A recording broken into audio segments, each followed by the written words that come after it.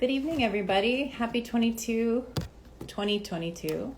It's Talina here from Mom and Pop Wine Shop, and I'm looking forward to introducing you to the two winemakers tonight who are behind the project called Little Bastions. And yes, we're going to ask them where the name came from. Their names are Casey Howland and Chase Silcox. And we chose one of their wines. They have quite a few in their inaugural release, but the one that we chose for our January wine club is called Concertina 1.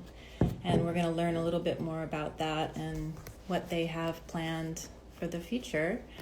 So I'm going to hop over here and see if I can connect with them, and we'll get going. Thanks for your patience.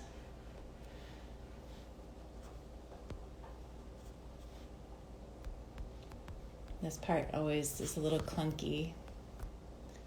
Here we go. Hopefully this works.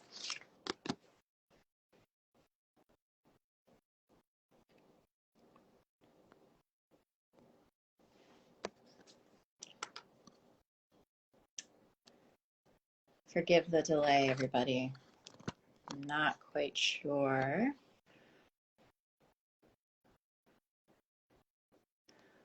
Let's try this one more time.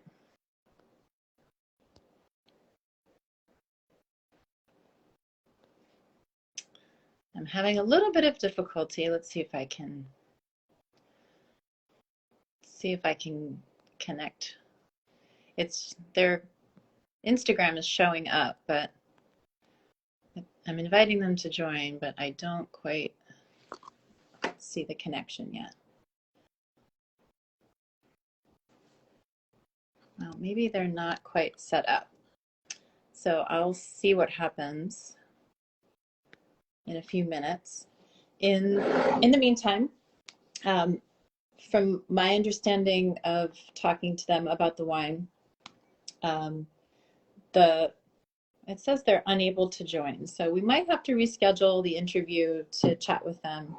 Let me try one more time.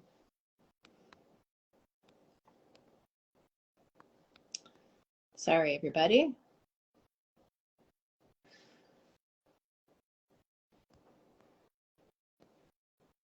Okay. Well, in any case, there we go. Looks like we're pulling them up now, and they were able to join. Let's see what happens. Aha! I can see you guys, but you're sideways. Yeah. It's a topsy-turvy world, but not quite that bad. Can you hear me? I can't hear any volume on your end.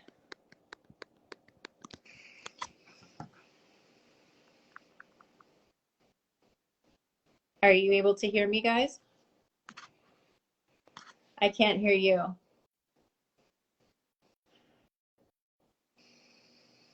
We'll get this worked out.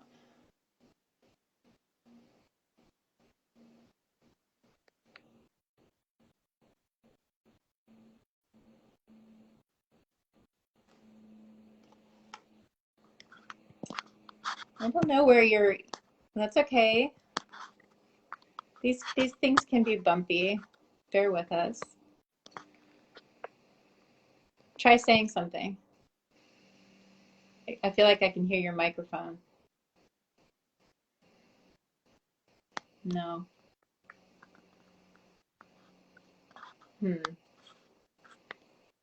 All right. I'm not really sure. I'm not savvy enough to be able to tell you kind of what to try on your end. Let me see here. Looks like I just hit your accept to join. Let's see. Here we go.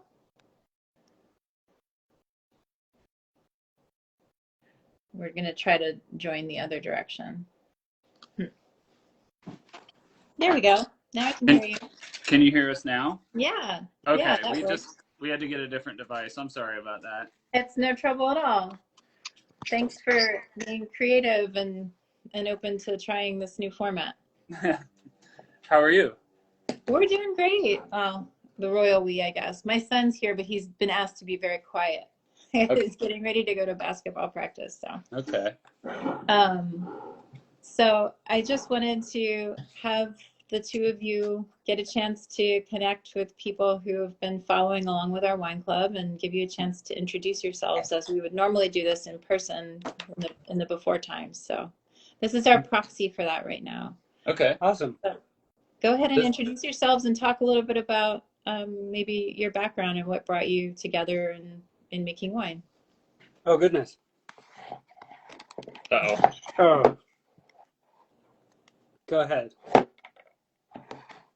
So I'm Casey Howland. This is Chase Silcox. We grew up in Oregon together, down in Central Oregon, actually. And we kind of got into wine at the same time together, and actually started going and working vintages together. And just started a wine journey together, and always sort of talked about making our own wines, and made a lot of small batch wines by ourselves. And eventually we moved to the Columbia Gorge area and started finding some abandoned vineyards and getting in touch with the people that owned them, and starting to farm our own grapes. And we buy some grapes as well. And that sort of has evolved into this project, Little Bastions. So we moved out there in 2017, but this is our inaugural bottling, which we just released this year. So it's sort of been a bit of a journey, but yeah, we are excited to be sharing this Little Bastions with the world. So Was wine something that was part of your lives growing up, or is it something Yeah, I that you mean, came not to later not on? for me all that much. And then we were actually living together, I don't know, in like our mid-20s, and that was Casey was taking some online classes through UC Davis, and that was he was my introduction in. And then yeah, 2013 we went to the Willamette Valley together, and that was kind of when I really started getting into wine. Uh-huh. wine was a bit. I mean, my parents drank wine and they collected wine, and but not to a huge degree. I mean, it was always kind of around. It wasn't until I was kind of in my mid-20s and drinking wine with Chase when we started to think that maybe it would be a world that we could, be a part of. So yeah.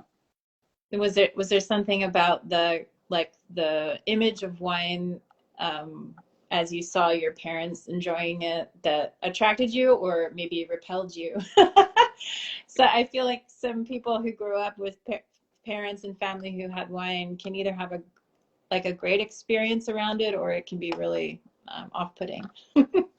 It was a little bit off-putting. I mean, I'm speaking for me. I enjoyed drinking it, but it did seem a little bit like a little too fancy, which is, there's so many layers and nuance to it. But I guess I have a family friend, actually the guy that did the label artwork. His mom is a wine educator.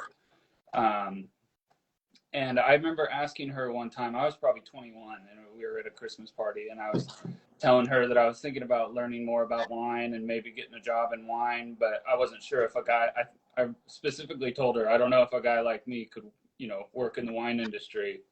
And she was like, she kind of talked me into it. She's like, you'd be surprised. There's all kinds of shapes and sizes of people getting into the wine industry, and I think that you should do it. And she really encouraged me to take classes, buy books, and do whatever I could to learn more about wine. So yeah, in my mind, there was a barrier to entry. Yeah. That it wasn't a world that a guy like me or Chase could get into. And there's kind of a split like in the production side towards like the front of the house side too. So for me, it was totally when I first showed up to do a vintage, I was like, oh my God. Yeah, I just had no idea the whole behind the scenes. Yeah, like we realized that it's a lot of t-shirts and rock and roll and drinking beer late at night and stuff like that. But, driving forklifts and spraying stuff with hoses. And it was so fun and exciting. Once we actually started working at cellars, it was like, oh yeah, we love this. And yeah. I think that's one of the things that I've observed over the years, watching media change and watching the way people connect with wineries, and in situations like this where we can connect directly with people and social media can bring people into the moment of production. Like, here's what it looks like when a forklift is dumping all this fruit into the press, and it's not glamorous, and there's hoses and cleaning and flies, and just that wouldn't have been part of the conversation ever in the 90s, Yeah. unless you were really into wine and you were wanting to go and work crush or something because you were, an avid student. But the general public didn't see that at all. And I think that's changing because of things like this. So, and I'm always just curious to see what people's experiences are like, and whether that has impacted your decision making around how you present yourselves and your wine and how you talk about it, and in that vein. Yeah, it was. Chase and I, before working in wine and still try to pay our bills and make this project work, we come from like construction, landscaping, working at restaurants in the wintertime. Unfortunately, we didn't really have like work experience in wine to give us a foundation, but we did have like kind of like I guess you could call like a blue collar work background, which really helped us get right into it in the cellar, and that helped. Like cellar work came very naturally to us, like the long hours and dealing with machinery and stuff. Late nights even. But we don't really have the like I say this all the time. I wish that I would have at least worked at a wine shop in between harvests or something, just to get more exposure to more wines and stuff. So there's a bit of a limiting factor there for both of us, I think. But we're learning. You're very young still. Yeah. There's plenty of wine to be drunk and plenty to learn and all that. So how did you mentioned that you have these vineyards that you have encountered that were abandoned. It's baffling to me, someone who dreams of having a vineyard or maybe fantasized about it, or just to think how it could come to pass that a vineyard is planted and cared for and then abandoned. So will you share a little bit about maybe the circumstances, if you can? Maybe it's a sore spot for the previous owners and you don't want to, but I don't know. I'm curious. Yeah, I don't know. I think that we first started finding them because Casey was online finding vineyards on Google Earth that didn't seem to be maintained. And then through his own way, sourcing the owners and asking them with letters in their mailbox whether they wanted somebody to take care of their vines for them or not. Mm-hmm. But I don't know, what you said reminded me of, like, we try to keep in mind that we do find these vineyards that like somebody got all excited about, planted and took care of, and then abandoned it. And it was kind of like they had a dream, just like you were describing, and then it got lost somewhere along the way. And it feels really good to pick that back up. Because like one of the vineyards we work at, the people still live there who planted it. They just ran out of time and bandwidth to do it. And so to bring it back to life, like while they're there to watch it and enjoy it, is super fun. Yeah, that would be really gratifying, I bet. Mm-hmm.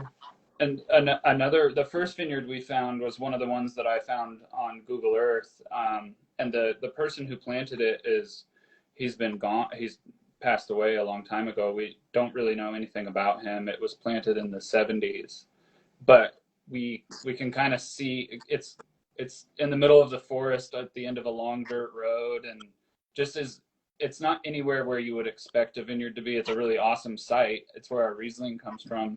Cool. But it's this 2.5 acres of head trained Riesling. And we've come to learn some about the guy who planted it.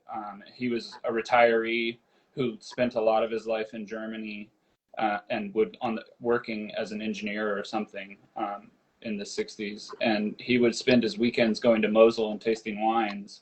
And his dream was to someday retire and have a Mosel style vineyard. So we've inherited this man's dream, who we know his name, but we know very little about him. But through working with the vines, sometimes it feels like we're, in a way, I would like to think that he would be proud of what we're doing. So there is that we're like we're re-envisioning somebody's dream who, it was a bit of a far-fetched dream for somebody, I'd imagine, who was, at the end of his life, to try and plant head-trained vines on a hillside in Houston, Washington. But they're still there, they're thriving, and they just needed a little bit of pruning and a little bit of compost. And I don't know, it's like our happy place being up there working with those vines. Yeah, and we keep his ghost in mind too. We always are talking about Hooper's ghost up there. Yeah, Keeping it alive. It's nice. We're trying to live, we're trying to keep him happy. That sounds wonderful. I love that. I love that. Do you want to talk to everybody a little bit about, the idea behind this and the foundation of this, and what's the plan? We don't know what the plan is. We've got half plans, yeah. It hasn't exactly been the past couple of years like a prime time for hard and fast plans. Let's put it that way. So that's not a critique. Yeah, it's a strange time to be starting a business, but people enjoy the wines. It's going okay. So I guess the name Little Bastions comes from organic farming is pretty important to us. We farm all of our sites organically, and all the fruit that we source is farmed organically as well. And actually, when I think it was in 2018 when we were first meeting with the farmer who farms the Moscato Giallo that's in this concertina, she's on a mixed farm called Aligar Vineyards, and they grow pears and Asian pears and cherries and a couple small blocks of vineyards, and they have some livestock and some gardens. It's just a really cool little certified organic farm right in the middle of Hood River Valley, and it's surrounded on all sides by conventional, what I call like old growth pear orchards, which are before major dwarfing rootstocks. So they have to, the spray is is with these massive air blast sprayers. So spray just goes everywhere. When they're spraying in the Hood River Valley, you can see clouds. Yeah, you can just everywhere. see the cloud from across the valley. Yeah. And so she's surrounded on all four sides by conventional orchards. And I remember talking to her when she was first showing me the vines when we were prospectively going to be buying these grapes. And I said, "You've got like a little bastion here of good stuff." And she kind of rolled her eyes and she was like, "Yeah, but all my bees die regardless, and we still get oversprayed, but we're doing what we can." And that sort of inspired what Chase and I are doing. Like all the little plots that we've started farming and fostering since then are our little bastions. They're like little places where us who work the vines don't have to worry about being exposed to harmful chemicals, but also the plants and the animals and the insects, and everybody who drinks our wines can know that our plots might be tiny. Some of our vineyards are only a quarter acre, but we're not spraying anything nasty on them. So that just sort of has been our guiding principle, is like do the best we can and do whatever we can to hold up our organic farming principles. Yeah, and I don't even know if it's a perfect like analogy to add, but they're also kind of like our little bastions into the industry. Like this is our foothold. Buying an entire year's production of grapes isn't really an option for us. So this is our way. We've got a few people that are willing to trade us the farming for the grapes, and for now that's how we're squeaking by. Yeah. I love it. Yeah, there's a certain like critical mass you need to build in any business. It just takes time and connection and practice. And I mean, I remember being so frustrated when people said, just give it 5 years, like it gets easier.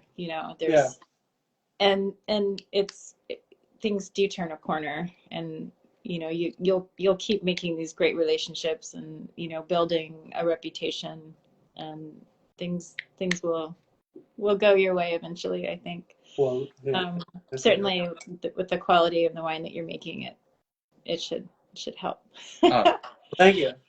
So and then so the concertina, specifically, where did the idea come? I mean, the first place that I thought about Moscato style grapes on skins was in Australia. I got to visit Brash Higgins' cellar, and he has a wine that he calls Zabibo, and it's type of Moscato grape he keeps in amphora on skins, and I got to taste it in amphora. It just really inspired me. So when we knew we were getting Moscato Giallo and didn't really know what to do with it, that was just kind of like, I think, a launching point. I think at that point we already had a Albarino as well from the previous vintage. Yeah, our first vintage was in 2017, and we were. You were at I was nowhere. Yeah, and the only organically farmed grapes we could find was a little tiny bit of Albarino. We ended up with a barrel and a half. We fermented it in an acacia barrel, and it was beautiful. But it was 2 years in, or by the time 2018 vintage rolled around, it was still fermenting. Super acidic, just taking its time. And we were like, "What do we do with this? We can't launch a brand with a barrel and a half of still fermenting Albarino." We loved it, but then we met Jen, who farms the Moscato, and we were like, "Okay, so now we have 2 plots of grapes. Let's just blend them together." Because we know the Moscato is not going to have a lot of acid, but we know that it's going to be potentially really interesting with skin contact. And we can add acid to it with our wine from 2017. And it's just sort of built from there. There's some Sauv Blanc added to it. We added a little bit of Merlot from one of our vineyards, a rosé of Merlot. We have a tiny Pinot Gris vineyard that was coming online. So it was like a bunch of, I guess we could get to what we always say is like, we were cooking with the ingredients from the fridge rather than going out to the store and buying what we wanted to make this meal, I guess. And doing the best and making the best out of not wanting to add acid, because we typically don't like to use over-the-counter tartaric acid additions if we can avoid it. And we didn't have a lot of clout or momentum in the industry in the gorge, and the gorge is becoming more and more popular. So a lot of the organically farmed fruit is being gobbled up, and nobody would sell us any, and it was really hard, which is hence why we've been taking over our own vineyards wherever we can. We just got to get it ourselves.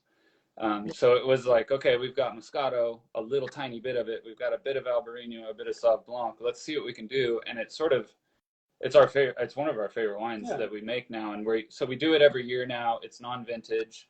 This bottle is from 2018 and 2017. We recently bottled 3 vintages worth. So 17, 18, 19. So every time we put the blend together, we put a couple barrels worth back into barrels, and hence the Solera blend. So it's like a non-vintage, ever evolving snapshot of what the Columbia Gorge has to offer, kind of through skin contact white wine. Yeah, and hopefully we'd like it to be like region wide. There's Washington fruit, Oregon fruit, Mosier, Hood River. We're gonna get as much of the whole Columbia Gorge in there as we can. Yeah. Well, I think some of the best meals that have come out of my own home kitchen have been just the alchemy of cooking with what's on hand and having to open up your thinking to new ideas and using instinct. And that's, where winemaking background comes in, and your understanding of what each of the grapes is bringing to a blend or to a mix to the fermentation. I mean, it makes perfect sense to take something that's a little more aromatic, like the Moscato Giallo, with something really acidic like the Albarino. I mean, you'll see that in Spain all the time, but with more aromatic grapes like Tresadora. And so I think it's really cool, and I like the notes that come out from the extended aging, the Solera. I think you mentioned that the portion that went in from 2019 had a much longer period of time on the skins, and so I think that variation is going to be fun to observe over time. And that's why I was excited for our wine club to get to taste the very first iteration so that hopefully if it's something that intrigues them and that they enjoy it, it's something that we can follow along with you. That would be excellent. Yeah. Yeah. Yeah. Yeah. Sorry, you did just mention really briefly. Yes, the Moscato Giallo in this first cuvee was on skins in barrel for 6 months. Mm-hmm. Whereas for the second cuvee, the Moscato Giallo was in barrel on skins for 15 months. Yeah. And then, just for example, in 2020, it was a super smoky year. So the Moscato Giallo got no skin contact that year. Yeah. So the third version we did a preliminary blending just the other day, and it's going to be really exciting. Sorry, my son was supposed to pay attention to when he was supposed to leave, and he assured me that he would, and he didn't. So my husband is here going, "Where's the kid for basketball? We're going to be late." Why don't you talk a little bit about what other wines you have on release right now, and so that if folks want to connect with those, I can certainly bring them in. I have this one just in stock right now, but I could certainly, since I had tasted through everything and enjoyed them, folks might like to know what else is on offer. Okay, so we mentioned briefly the first vineyard that we started farming was that old 2.5 acres of head-trained Riesling on the Washington side of the Columbia Gorge. Mm-hmm. It's in the White Salmon River Valley up above the town of Hewsum. Mm-hmm. We have on release, we just sold out of the 2018 version of that, but we just released the 2019 Riesling. And we sort of in keeping with our extended aging with whites style, our Riesling is in neutral. It's direct pressed to neutral oak barrels, and we age it without stirring or anything. We just top up the barrels. We leave it in there for 2 winters.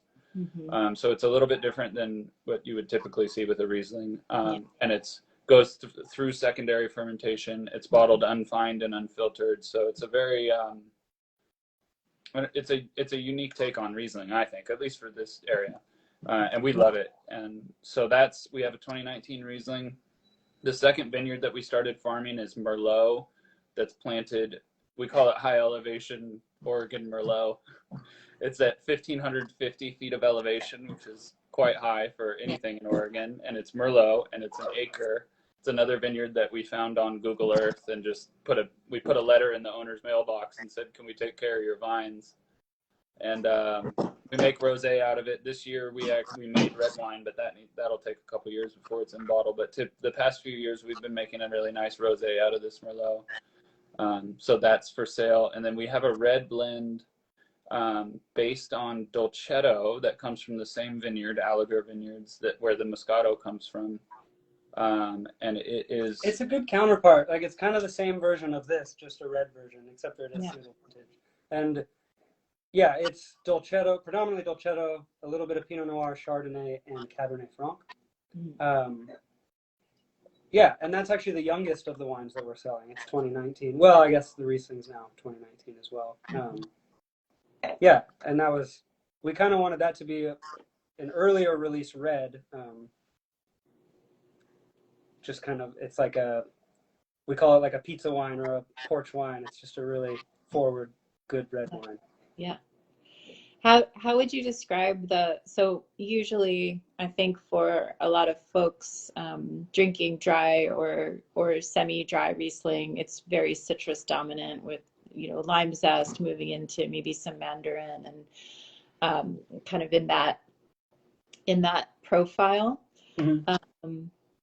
But with the oxidative aging, how would you describe the flavors of that wine? It still has that beautiful acidity of Riesling. I would say lemon more than lime. Yeah, it's more lemon than lime, and then it finishes like very hazelnutty, very nutty, mm-hmm. which is the oxidative component. And it's really, really interesting. And then the least contact for 2 winters, I think it's more like a body of like a Chardonnay or something like. Mm-hmm. It's very full bodied. Yeah, full bodied, and yeah. We find that it has it has the sharp ridge of acidity that goes through it because it's very high acid. It's also strangely in the gorge with our cold nights and strong winds, we're able to have but hot summers, and this site kind of bakes. It's high elevation, but it's very warm. So this acidity has, or this Riesling has, we typically have high sugar and very high acidity. Yeah.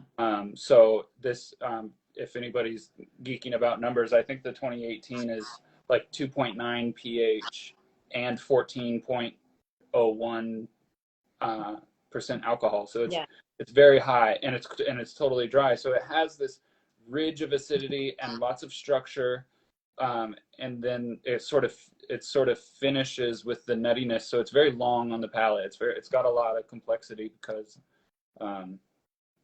it has the full-bodied roundness from the extended aging, but it is also just keeps on going. It's very fun. It's fun with food, but it's just a really interesting wine, and we're definitely always going to keep making some Riesling in that way. And we've also started a Solera of just Riesling as well. So we save a little bit of Riesling every year, and we have one barrel of it going from 17 to now.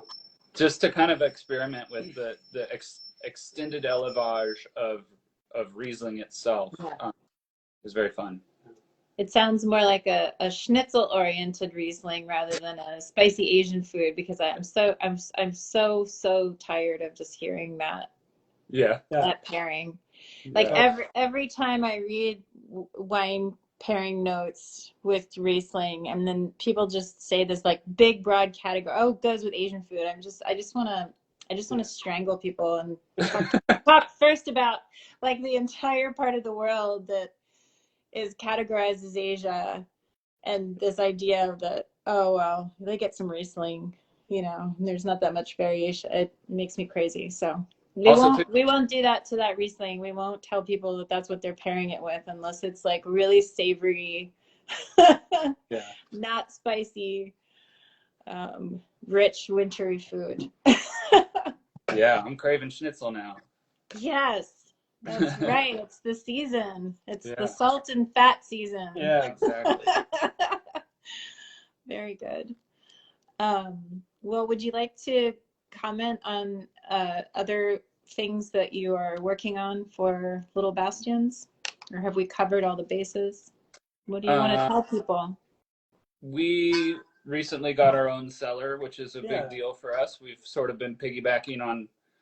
We've moved around a lot. It's very hard to get started in this industry. Yeah. We're almost always in somebody's corner making wine. But now we have our own tiny little corner. Yeah, and congratulations. Out in Mosier, we just took over a little cellar out there, so that's kind of a big deal for us. And we're taking on a few more farms, and we have some young vines coming into fruition. So we'll hopefully have some more and more. We'll continue to have more offerings. And just keep doing what we're doing. It's I think the Columbia Gorge is a really exciting place that has so much potential, and we're just so excited to be a part of the Columbia Gorge's not rebirth, because people have been working hard long before us, but just whatever this like newest generation is, or Is the spot in Mosier the kind of place where people might be able to visit? Is there a spot where people could come and taste your wines? We're gonna have to be. We can't have like a tasting room at this cellar. Yeah. So we're hopefully going to just have it open on our website to call us, and by appointment we could come up with a tasting, because there's I think a number of places we could do that, but we don't have our own place yet. Got it. We have some things in the works. Hopefully we'll have the ability to host somebody maybe by next summer, but we really want that, because we would love to have the ability to show people some of our vineyards in person. So and I think we used to do that, and we hosted tastings every week, and we have a teeny tiny space, and we're just not doing that right now because of the pandemic, and our space doesn't really lend itself the way a larger people.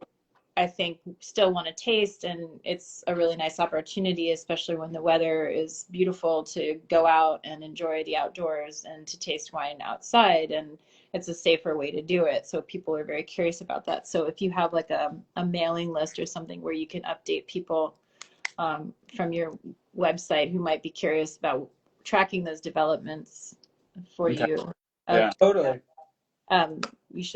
we should mention that. And eventually we'll get back to figuring out a creative way to hosting tastings ourselves. And Yeah, definitely. Mailing list link on the website, isn't there? Mhm. Yeah. so There is a mailing list link on the website. Yeah. great. Okay. I couldn't recall. I thought so, but I couldn't recall. That's I great. couldn't either. Yeah. Well, it's a real pleasure. Is there anything else you'd like to add? I'm gonna I wrap. mean, yeah, there's a lot more to come. We're potentially doubling our vineyard capacity next year, and Great. so hopefully our production will do the same, and we should have a lot more fun wines coming. That's wonderful. That's Yeah. great news. I love seeing labels that are, just built from the ground up, from a desire to work together, doing something that's sincere and interesting, and laying the foundation for a future. It's really fun to observe that just come into being, and being able to follow it from here on out is a real treat. And there aren't a lot of wine regions in the world where you really get to do that, and that's one of the special things about being here in the Pacific The Columbia Gorge is Northwest. super special. Yeah. Yeah. Well, thank you for taking the time to join us, and I will look forward to seeing you again in the future and tracking your progress. Okay. Absolutely. Yeah. Thank you so much. You're welcome. Cheers. We'll stay Happy in New Year touch. to you. Take care. Bye-bye.